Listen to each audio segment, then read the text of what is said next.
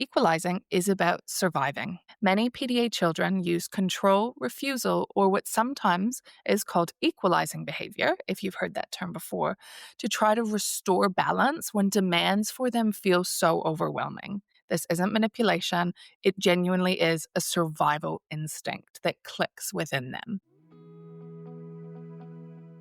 Welcome to the Attuned Spectrum Podcast. I'm Chantal Hewitt, an ADHD mum, experienced educator, and autism support coach who understands your path because I also walk it daily. This is your space for real conversations that empower your autistic child, yourself, and your family to thrive. Here, we respect neurodiversity, cheer on advocacy, and leave judgment at the door. Join me inside this week's episode.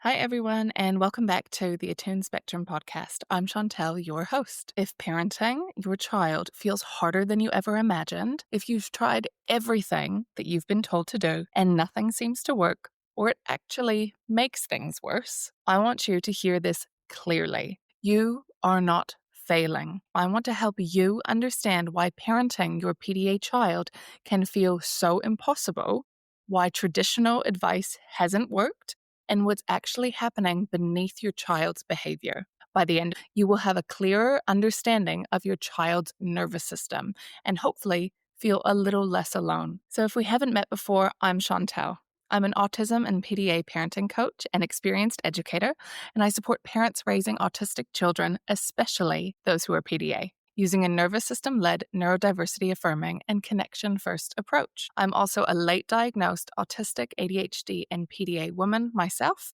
and I'm a parent to neurodivergent children, including my PDA autistic son. Neurodiversity-affirming practice is the backbone of everything that I share, so you'll never hear behavior framed as something to control or eliminate, but something instead to understand and to support. Everything I talk about comes from both lived experience and over a decade of working alongside families. PDA is not behavior.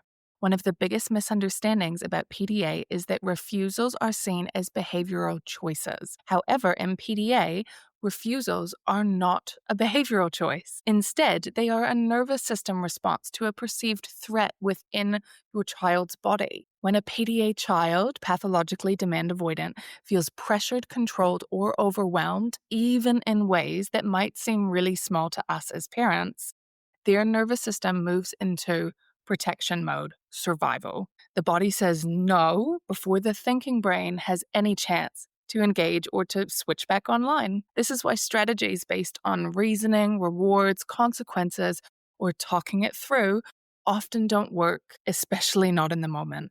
I'm going to give you one of the most common examples of when this happens every single day in my home with my son. It usually comes with making choices around food or around breakfast time in particular.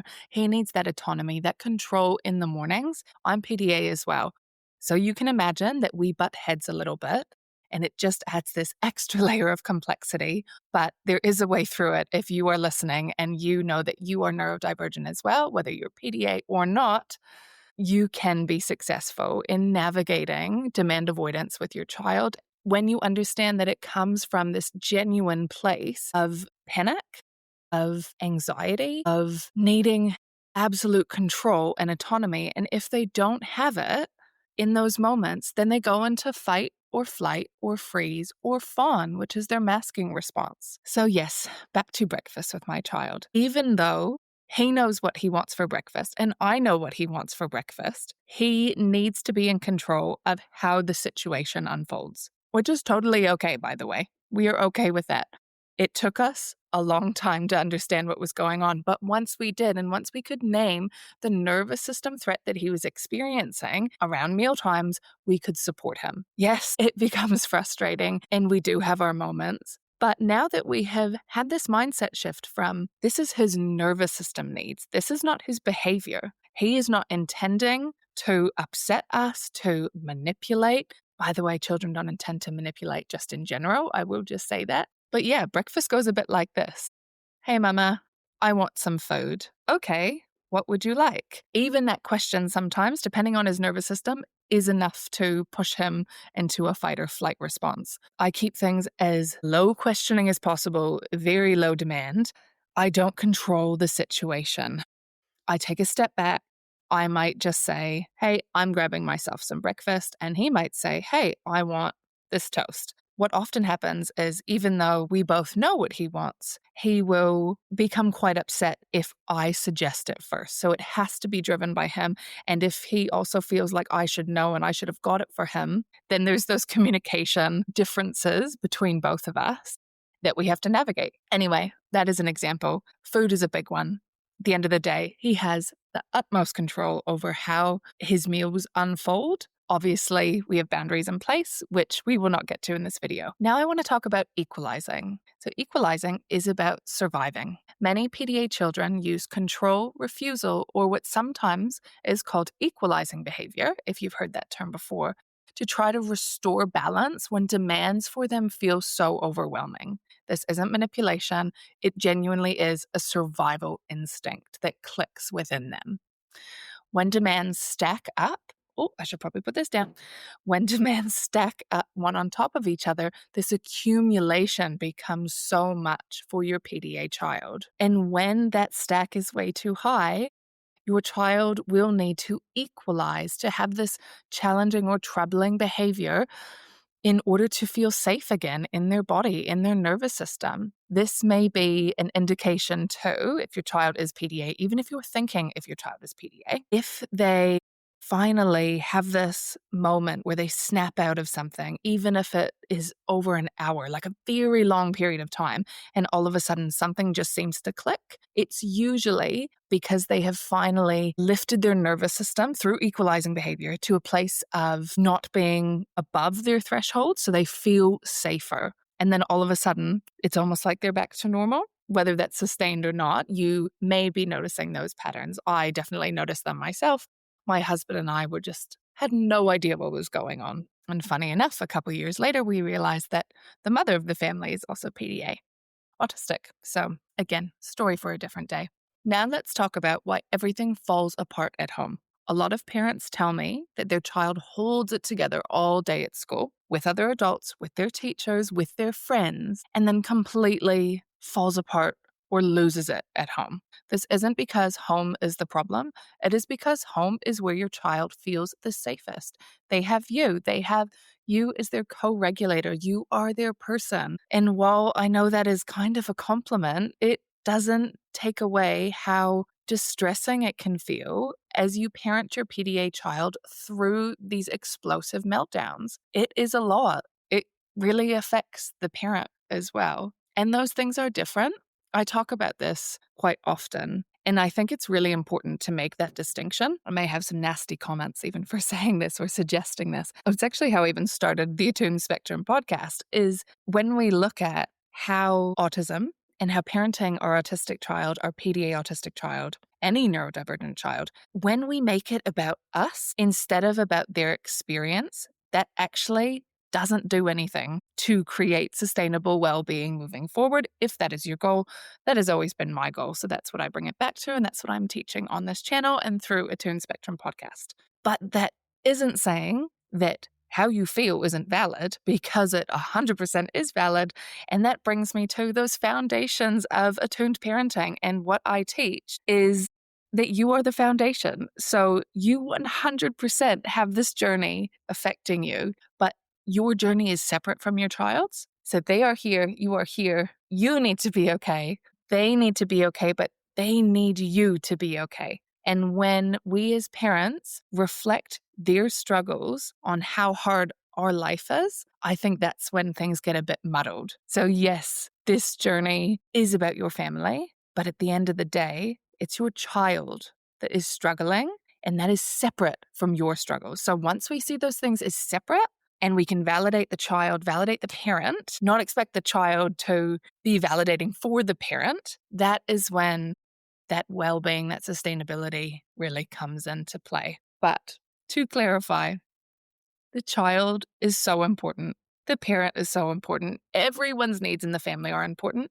What we need to do is understand that equity versus equality within our nervous systems in the home, our sensory needs that we have, our well-being and how to come up with ways that support everyone within the home, honor how everyone feels, but also honoring in a neurodiversity affirming way. So honoring neurodiversity, not taking autism and looking at it from a deficit or a behavioral standpoint, or trying to fix it, or trying to force social skills or behavior therapy on children.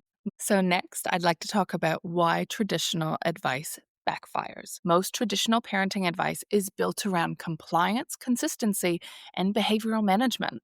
But for PDA children, these approaches often increase threat, not safety. Rigid routines without autonomy, they do become pressure for your child, and that stacks up. Rewards can feel controlling, even if they're well intended by parents. Been there, done that, still do that. And consequences, they often drive escalation in behaviors. This is often why parents feel like everything they try that is more embedded within a behavioralist approach, opposed to thinking connection first, safety first, nervous system supports first, they end up getting into this spiral, this meltdown, this burnout, and everything actually gets so much worse for the child, for the parent, for everyone within the home. Lowering demands is not permissive parenting, by the way.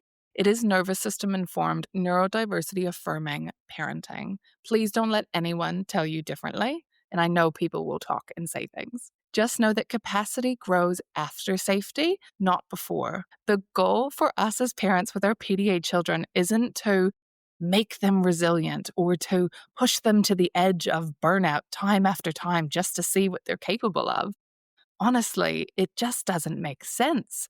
I just think of my anxiety that I had as a child, and now I have words and understanding of what that meant and why I was processing things differently and why I struggled. Even now I know why I struggle.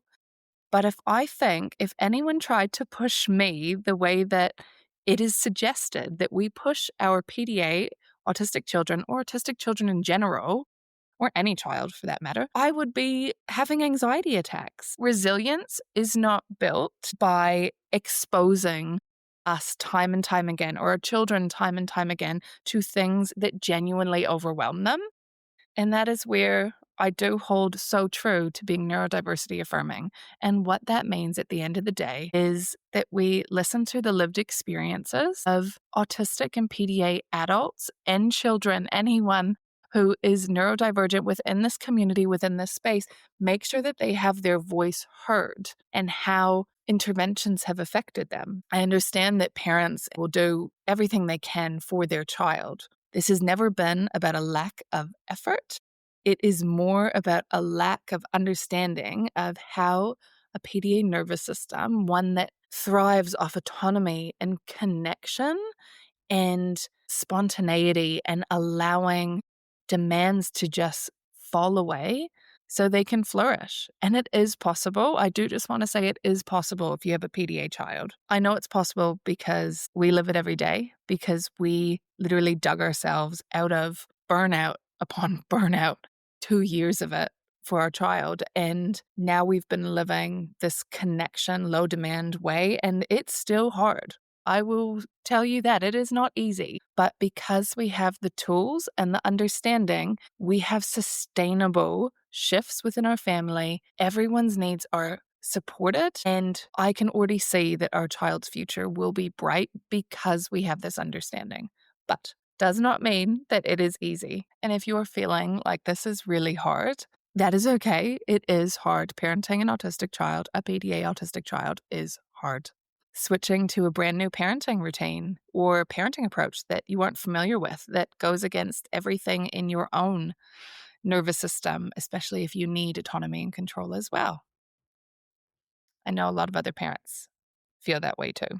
When a child feels safe, supported, and understood, their ability to engage and be calm just increases naturally because they are not overwhelmed by pressure, instructions, demands, commands, questioning, the pressure to do everything, to be resilient. If this has helped you to feel a little less broken or a little more understood, a little bit more supported, I want you to know that this is just the beginning of your journey. In this PDA parenting series, I'll be breaking down what actually supports PDA children, from nervous system regulation to routines to language, and how to protect your own nervous system, your own capacity and well-being as a parent. The next video in the series will air next week, where we talk about why PDA children hold it together all day and then fall apart at home. If you've stayed till the end, you know what I'm talking about.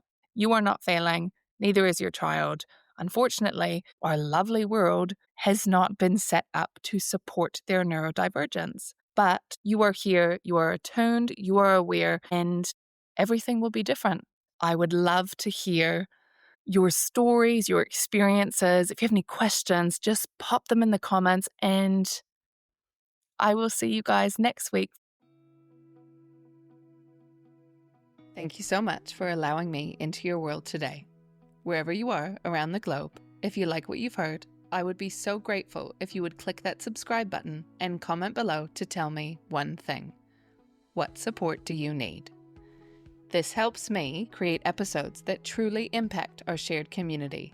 By commenting, you not only help yourself, but you help make modern, neurodiversity-affirming autism support accessible to those who are searching for a better parenting approach that actually feels good. I'm Chantel, and I'll see you next week.